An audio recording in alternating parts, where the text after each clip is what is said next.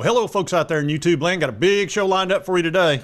Yep, the Sanders nightmare continues on. We got a lot to cover in this video. UCLA thinks they won the whole NICO for Joey thing and all of that. Also, Book Harder talked about Jacoby Thomas, that situation, and what he thought of the NICO thing. So we're going to get all into this. Let's talk about Sanders and his free fall in the draft. Now, at the time of this recording, he currently has not been picked up yet. Let's see, they are on the 113th pick. And by the way, Dante Thornton went to the Raiders on the 108th pick. And let's see, I know Sanders anywhere. A lot of people think that Pittsburgh might pick him up on the 123rd choice. That's a possibility. They're a little bit quarterback needy. But this is a guy that everybody thought would go first round for the most part. A few people thought second round. But I found a video or two that you're going to really, well, let's just say it's very enlightening and explains what happened and why so many of these GMs, coaches, and owners are keeping him at arm's length. And when you see this video, you'll understand it. I'll show that here in a minute. Also, I've got a video discussing the fact that he may have sandbagged some of his interviews, which that shocked the crap out of me. There might have been some teams he didn't want to play for, so he kind of went in and possibly didn't do his best on top of the situation. Also, Mel Kiper, he flipped out. We'll show you that. But as usual, I never bury the lead. Let's get right into the video that I think hurt Sanders the most.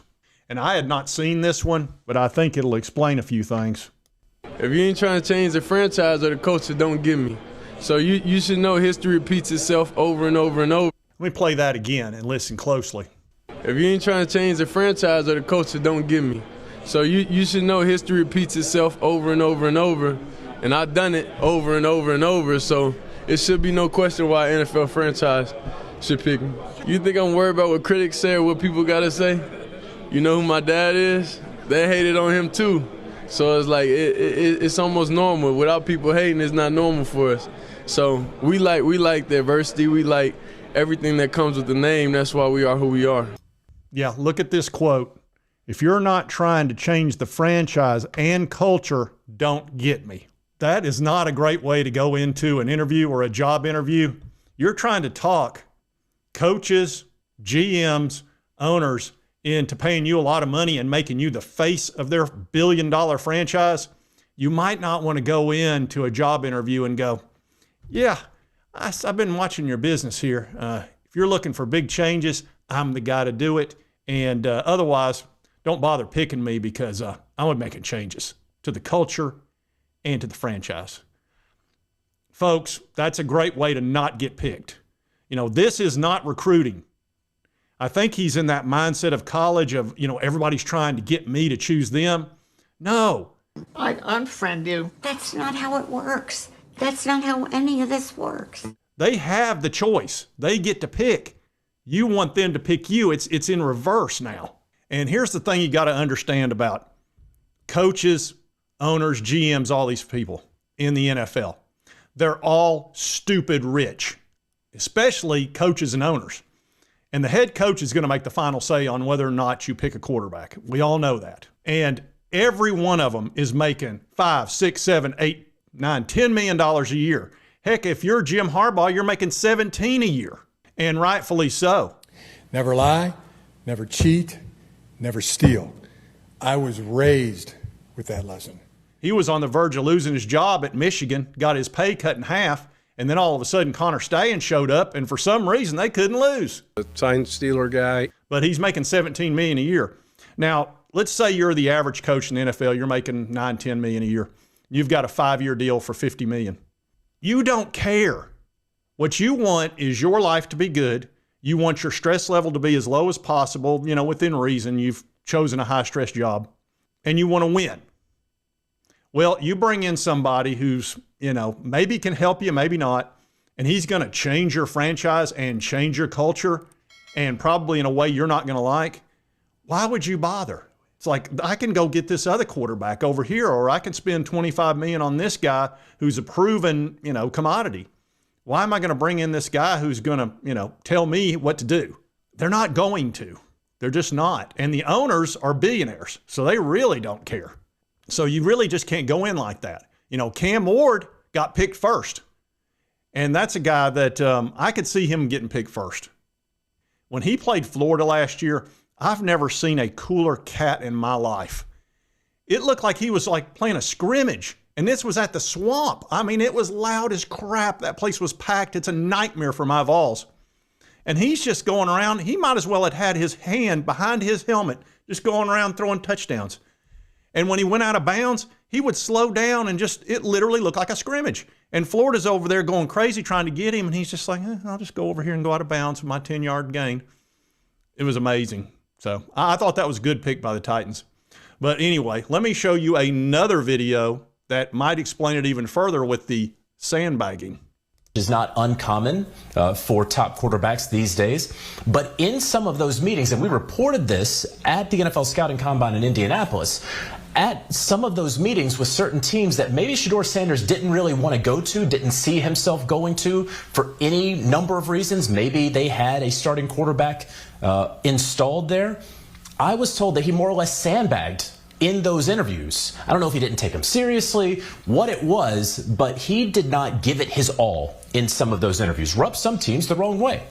Yeah, so it sounds like he eliminated a bunch of teams by going in and having a really bad, and that explains, remember the guy said it was the worst interview he had ever seen? One of the GM said that. So, part of this is 100% on him.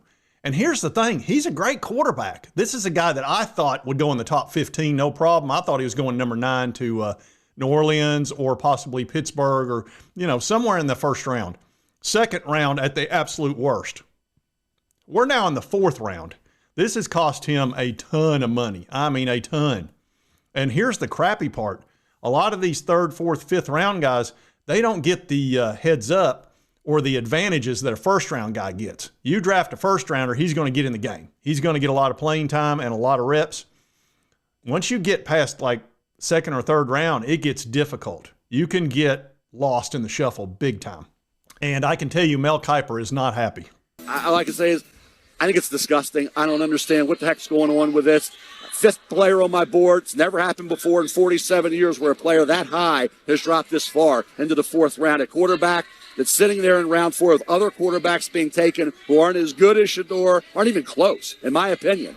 Mel Kiper's got egg on his face big time on this one. And like I said, I thought he might be the 2nd pick or 3rd, especially when they traded up and they wound up taking Travis Hunter, which that didn't surprise me too much either. But I thought they were moving up to pick up Sanders.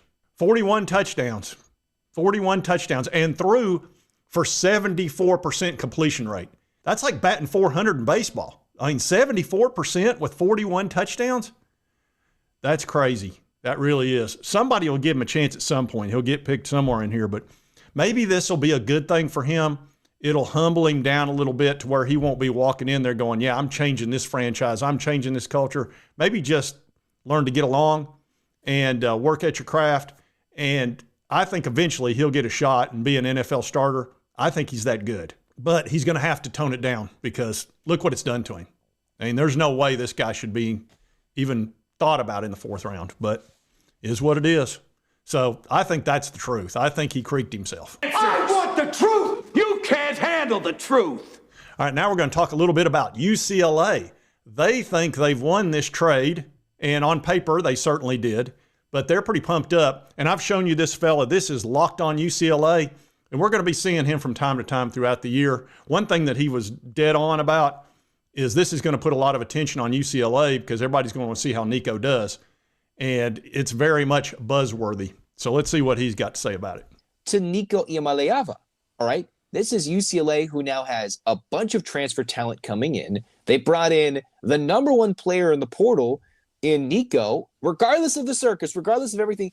That is what he's rated. He is going to be an upgrade at the quarterback position from Garbers, from most likely Joey Aguilar. He is somebody that's going to come in and make UCLA buzzworthy and intriguing on offense. So you bring in NICO, the 5-star in the portal, although some outlets like On3 don't have NICO as a 5-star transfer, which I think is crazy. If you're going to talk so much about him, Ironically, is Pete Nakos, who talked so much about the NICO story, their outlet doesn't even have him as a 5-star.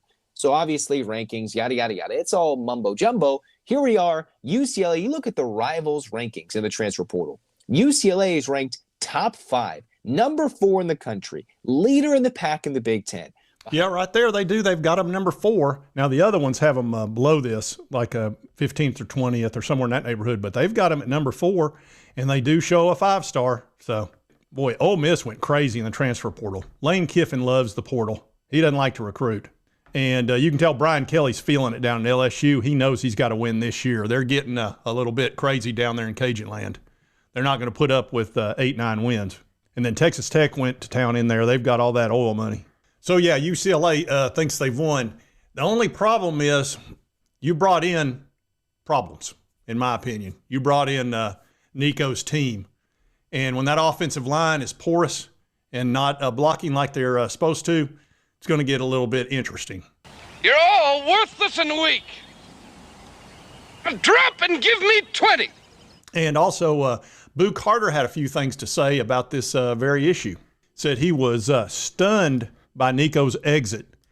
And he also said Jacoby Thomas is going to stay. So I know y'all are interested in this. Boo said it was really shocking that he left. He left his brothers behind, but this may be a better opportunity for him at the same time. You got to go with your gut. But I feel like he should have stayed and at least talked with the coaches. We didn't know what was going on when he didn't show up for practice that day.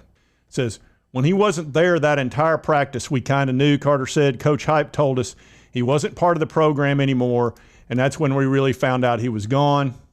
He talked about Jake Merklinger. He said, I think Jake is ready. He's already had a year under his belt. Says George is doing well for a freshman.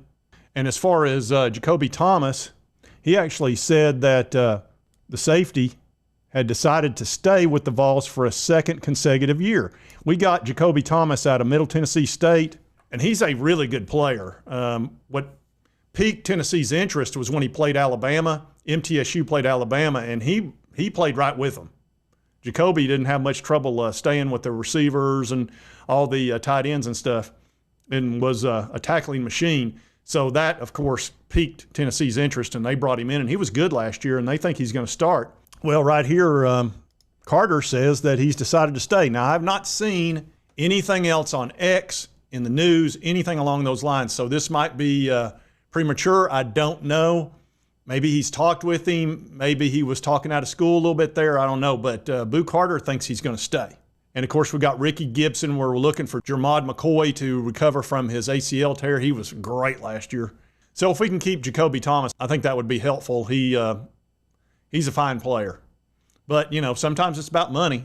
And I think Tennessee, they like to find the money at the last second when somebody starts talking portal or going into it. You understand nothing. I figured as much. Hey, Moose, Rocco, help the judge find his checkbook, will you? Oh, well, if they really want to keep him. But we'll see.